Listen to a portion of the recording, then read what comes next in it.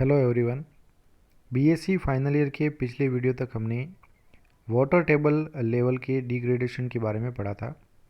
उससे आगे का भाग हम इस वीडियो के अंदर पढ़ेंगे। तो पिछले वीडियो तक वाटर के डिग्रेडेशन के बारे में पढ़ा। इसमें हम बात करते हैं वाटर कंजर्वेशन या जल संरक्षण के बारे में। Water should not be wasted, जल को अधिक वेस्ट नहीं किया जाना चाहिए। And conserve by the following methods, और निम्न विधियों के द्वारा इसका संरक्षण किया जाना चाहिए। Development of integrated watershed plan for drinking, irrigation and industrial uses. तो एक समग्र रूप से एक वाटरशेड प्लान का निर्माण किया जाना चाहिए, उसका डेवलपमेंट किया जाना चाहिए, जिसके लिए जिसमें ड्रिंकिंग वाटर यानी पीने के लिए जल जो है वो उपलब्ध हो, इरिगेशन या कृषि क्षेत्र के लिए या सिंचाई के लिए, और इंडस्ट्रियल यूजेज यानी कि औद्योगिक क्षेत्र में उपयोग के लिए एक वाटरशेड प्लान का जो है वो उपयोग किया जाना चाहिए। Wastage of water should be avoided, तो जल का वेस्ट अधिक करना, इसे हमें बहुत ही कम करना चाहिए। Adoption of various flood control methods, तो विभिन्न प्रकार के जो बाढ़ नियंत्रण विधियां हैं उनका जो है वो एडॉप्शन करना चाहिए, उनका उपयोग लेना चाहिए, जो कि बाढ़ के समय उपयोगी होती है। डिफॉरेस्टेशन शुड बी डिस्करेज्ड, यानी वनों की कटाई को बहुत ही अधिक कम कर देना चाहिए, यानी इसे बढ़ावा नहीं देना चाहिए। And reforestation should be encouraged, और पुनः वनीकरण को हमेशा बढ़ावा देना चाहिए। Drip irrigation method should be adopted in which water is supplied up to the roots drop by drop instead of filling the field with water। तो जो बूंद बूंद सिंचाई होती है या जिसे ड्रिप इरिगेशन कहते हैं, ये विधि उपयोग में लेनी चाहिए, जिसमें पौधों की जड़ों के अंदर बूंद बूंद करके जल जो है वो सप्लाई किया जाता है। इसमें पूरे फील्ड को यानी कि पूरे खेत को पानी से नहीं भरा जाता है। तो अधिक पानी से भरने के कारण जो है वो अधिक वेस्टेज होता है वाटर का, लेकिन ड्रिप इरिगेशन या बूंद बूंद सिंचाई के अंदर जल का अधिक वेस्टेज नहीं होता है, ये सीधे ही पौधे की जड़ों में ही पहुंचता है।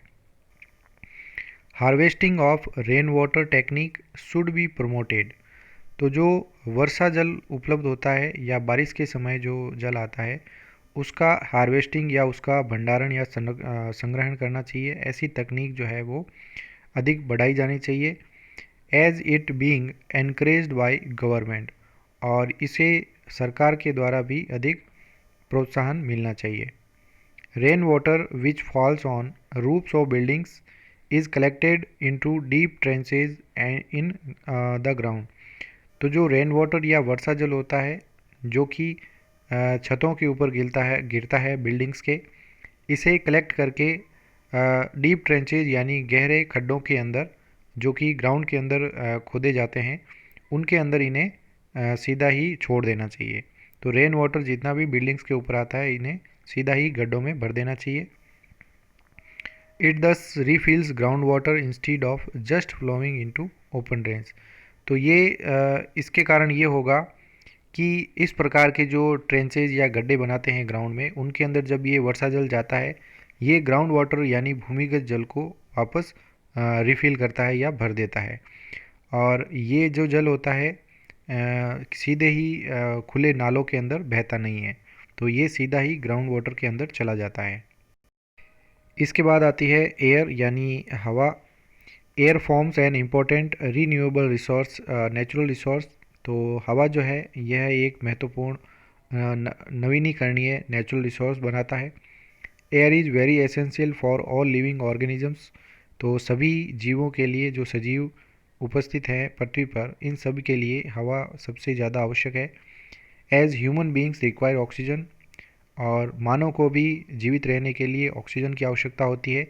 फॉर सर्वाइवल यानी जीवित रहने के लिए। And plants need carbon dioxide for photosynthesis, तथा पौधों को कार्बन डाइऑक्साइड की आवश्यकता होती है उनके प्रकाश संश्लेषण की क्रिया के लिए। There is a covering of air around the earth which forms atmosphere, तो पृथ्वी के चारों ओर एक हवा की कवरिंग या आवरण है जो कि एटमॉस्फेयर या वायुमंडल का निर्माण करता है। Air consist of mixture of various gases in different proportion, यानी जो हवा है इसके अंदर सभी प्रकार की गैसें जो है विभिन्न प्रकार की गैसों का मिश्रण होता है जिनमें अलग अलग अनुपात जो है इनका पाया जाता है। Total volume of air present in atmosphere consist of 78% nitrogen.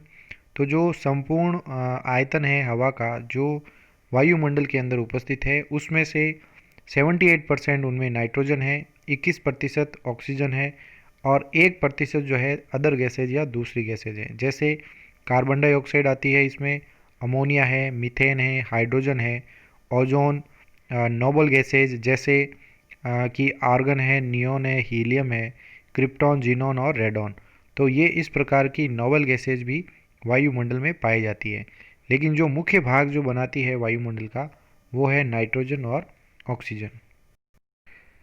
अब बात करते हैं फॉरेस्ट्स या वनों के बारे में। Forests are very important renewable resources. तो वन भी जो है वो अत्यधिक महत्वपूर्ण नवीनीकरणीय रिसोर्सेज या साधन स्रोत होते हैं। Many kinds of organisms, birds and mammals live here. अनेक प्रकार के जीव, पक्षी तथा दूसरे जंतु जो है इसमें जीवित रहते हैं। Forest bring rain and prevent soil erosion. तो वन जो है वर्षा को अधिक यानी बरसात को अधिक बढ़ावा देते हैं और ये सॉइल इरोजन या मृदा अपरदन को रोकते हैं। Forest give out oxygen and absorb carbon dioxide, दस प्यूरिफाई द एटमॉस्फेयर। तो जो वन होते हैं ये ऑक्सीजन बाहर जो है छोड़ते हैं, क्योंकि पेड़ पौधे जो है ऑक्सीजन छोड़ते हैं फोटोसिंथेसिस के दौरान, और कार्बन डाइऑक्साइड जो होती है वायुमंडल में उसको एब्जॉर्ब करते हैं या अवशोषित कर लेते हैं। इसलिए ये वायुमंडल को शुद्ध करने का कार्य फॉरेस्ट करते हैं। फॉरेस्ट प्रिवेंट फ्लड्स, यानी कि बाढ़ जो आती है उन्हें वन जो है रोकते हैं क्योंकि उनकी गति को कम कर देते हैं अधिक पेड़ की उपस्थिति। Provide different types of medicine, विभिन्न प्रकार की औषधियाँ जो है प्रदान करते हैं। टिम्बर फॉर फर्नीचर, जो लकड़ी होती है फर्नीचर निर्माण के लिए वो उपलब्ध कराते हैं, और बिल्डिंग्स निर्माण के लिए भी लकड़ियों का उपयोग होता है। इसके द्वारा गम यानी गोंद, लेटेक्स, रेजिन तथा पल्प जो है पेपर निर्माण के लिए उपलब्ध होता है। तो सभी प्रकार की जो आवश्यकताएं हैं वो वनों के द्वारा ही पूरी होती है। Man has done deforestation for his selfish need. तो मानव के द्वारा डिफॉरेस्टेशन होता है उनके स्वार्थ के उपयोगों के लिए, क्योंकि डिफॉरेस्टेशन सबसे अधिक मानव के द्वारा ही किया जाता है, क्योंकि उन्हें वनों से जो है वो अपने आवश्यकता के जो स्रोत होते हैं वो वनों से प्राप्त होते हैं, इसलिए उनकी कटाई अधिक होती है। जैसे कि बिल्डिंग कंस्ट्रक्शंस, तो कंस्ट्रक्शन निर्माण के लिए वनों को हटा दिया जाता है कि वहाँ पर किसी क्षेत्र को वन से खाली करके वहाँ पर बिल्डिंग्स बनाई जाती है, रोड बनाई जाती है वहाँ पर। गेटिंग टिम्बर यानी लकड़ी के लिए वनों को काटा जाता है।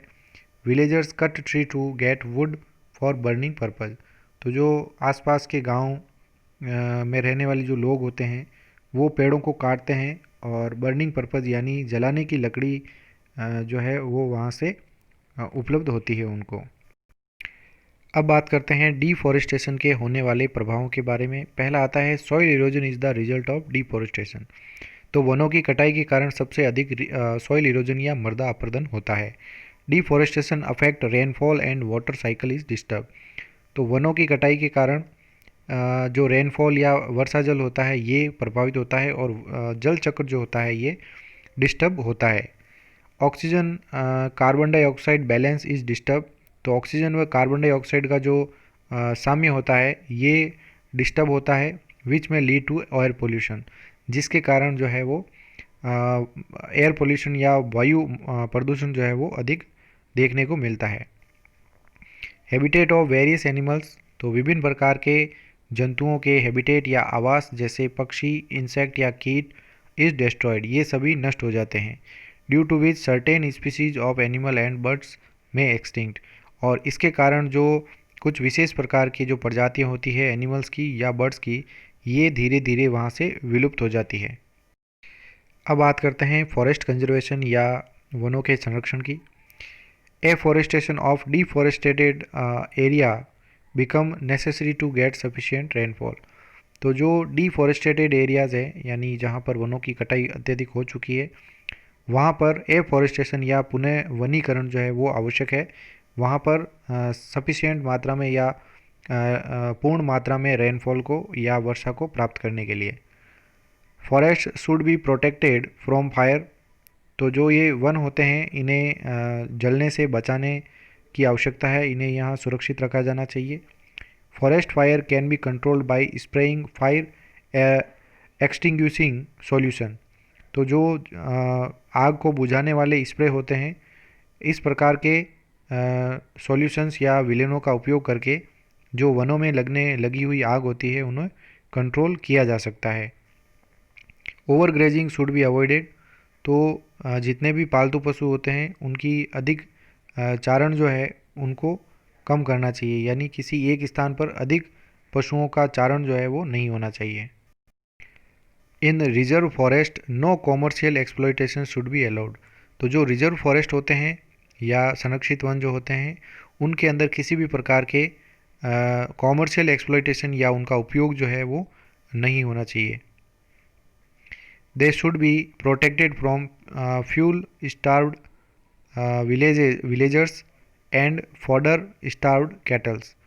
तो इनके अंदर जो है जो ईंधन के लिए उपयोग लेने वाले जो विलेजर्स या ग्रामीण होते हैं उनके द्वारा भी इन्हें सुरक्षित करना चाहिए। और जो फॉडर स्टार्व्ड कैटल्स होते हैं यानी जो मवेशी इन्हें भोजन के रूप में खाते हैं यानी यहाँ पर अधिक चारण करते हैं, उनके द्वारा भी ऐसे रिजर्व फॉरेस्ट को संरक्षित किया जाना चाहिए। Selective cutting of trees in forest में be allowed rather than cutting all the trees. तो जो सेलेक्टेड कटिंग होती है यानी चयनात्मक जो है पेड़ों को काटा जा सकता है, लेकिन सभी पेड़ों को एक साथ काटना जो है इसकी अनुमति नहीं मिलनी चाहिए। अब बात करते हैं वाइल्ड लाइफ या वन्य जीवन की।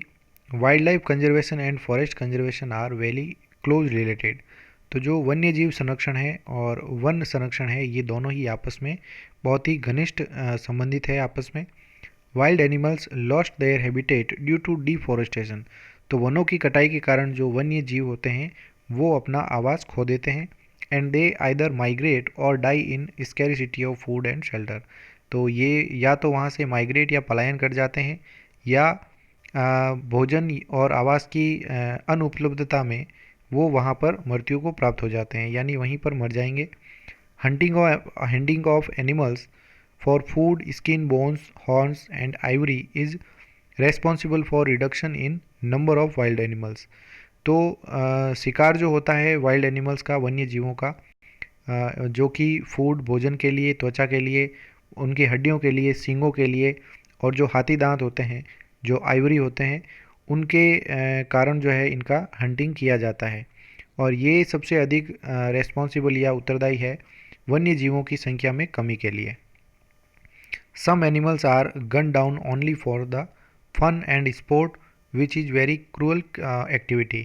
तो कुछ एनिमल्स या जंतु जो होते हैं उन्हें गोली मार देते हैं केवल वहाँ स्पोर्ट या खेल के दौरान, यानी खेल जो होते हैं, हंटिंग एक जो है वो एक खेल बन चुका है और इसके अंदर जो है विभिन्न एनिमल्स को गोली मार दिया जाता है निशाना लगा के। तो ये केवल स्पोर्ट के तरीके से किया जाता है, उसका कोई उद्देश्य नहीं होता है। और ये जो है इस प्रकार की बहुत ही क्रूरतापूर्ण एक्टिविटी जो है वो मानी जाती है। Due to the illegal trade tigers, leopards, deers, snakes and crocodiles are killed. तो अवैध जो इनका ट्रेड या इन्हें जो बाहर एक्सपोर्ट किया जाता है, जिसमें टाइगर है, लेपर्ड है, डियर, स्नेक्स, सांप है या मगरमच्छ है, इन सब को जो है वो मार के एक्सपोर्ट किया जाता है, इनका इलीगल ट्रेड होता है। Indian rhinoceros, great Indian bustard, musk deer, blue whale are endangered species. तो जो भारत में राइनोसिरस होता है, जिसे गैंडा कहा जाता है, भारतीय गैंडा, ग्रेट इंडियन बस्टार्ड या गोडाउन जो है, मस्क डियर, कस्तूरी मृग या ब्लू व्हेल जो है, ये सभी एंडेंजर्ड स्पीसीज के अंतर्गत आती है। Hunters disturb food chain in nature and also balance of environment. जो शिकारी होते हैं ये फूड चेन या खाद्य श्रृंखला को डिस्टर्ब करते हैं जो कि प्रकृति के अंदर चलती है, और एनवायरनमेंट यानी पर्यावरण के अंदर जो पाए जाने वाला संतुलन है उसे भी ये हंटर्स या शिकारी खराब करते हैं। For example killing of snakes, यानी कि सांपों को मारने के बाद, which feed on rats and mice, जो कि चूहों के ऊपर जीवित रहते हैं विभिन्न प्रकार के सांप, increase the number of these paste, तो अधिक सांपों को मारने के कारण चूहे जो है वो संख्या में अधिक हो जाएंगे। And damage of crop is increase, और जो फसलों को नुकसान जो होता है वो अधिक हो जाएगा। तो इनडायरेक्टली ये मानव को ही नुकसान होता है। इसके बाद आता है कंजर्वेशन ऑफ वाइल्ड लाइफ, या वन्य जीवन का संरक्षण कैसे किया जा सकता है। हंटिंग शुड बी डिस्करेज्ड, यानी शिकार को पूर्णतया प्रतिबंध करना चाहिए। डिफॉरेस्टेशन शुड बी प्रिवेंटेड, यानी वनों की कटाई को रोकना चाहिए। Natural habitat of animals should be protected and maintain, जो प्राकृतिक आवास है विभिन्न प्रकार के जंतुओं का, उनका संरक्षण करके उन्हें मेंटेन किया जाना चाहिए। Articles made by fur, ivory and horns should be boycott, तो इस प्रकार के जो वस्तुएं बनती है जो कि जंतुओं के फर और उनके हाथी दांत या उनके सींगों के द्वारा जो बनती है, इस प्रकार की वस्तुएं, उनका बहिष्कार जो है वो किया जाना चाहिए। Laws against hunting should be implemented effectively, तो जो शिकार के लिए जो लॉज या कानून बने हैं उनमें इम्प्लीमेंट करके उन्हें अधिक कड़े कानून जो है वो बनाने चाहिए। Hunters should be arrested immediately and should be kept behind the bars, तो जितने जो शिकारी होते हैं उनको तुरंत ही गिरफ्तार करके उन्हें जेल भेजा जाना चाहिए। More national parks and bird sanctuaries should be established, और अधिक नेशनल पार्क या राष्ट्रीय पार्क जो है बनाने चाहिए, और बर्ड सेंचुरीज जो होती हैं उनका स्थापना की जानी चाहिए। Indian public should be educated by films, TV shows, popular articles in newspapers and magazines regarding the significance of Indian wild life, तो भारत की जो जनता है उन्हें जो भारत की वन्य जीवन है उसके बारे में शिक्षित किया जाना चाहिए, जिसके लिए कुछ टीवी शोज़ या टीवी में आने वाले जो प्रोग्राम्स हैं, पॉपुलर आर्टिकल्स हैं जो कि न्यूज़पेपर्स के अंदर आते हैं या मैगजीन्स के अंदर आते हैं, तो उनके अंदर भारत में पाई जाने वाली जो वन्य जीवन है उसकी महत्वता के ऊपर जो है वो इस प्रकार के प्रोग्राम चलाने चाहिए, जिससे भारतीय जनता जो है वो भारत के वन्य जीवन के बारे में और अधिक जान सके तथा उसका संरक्षण कर सके। Thank you so much. इस यूनिट का अगला टॉपिक जो है वो नेक्स्ट वीडियो के अंदर पढ़ेंगे।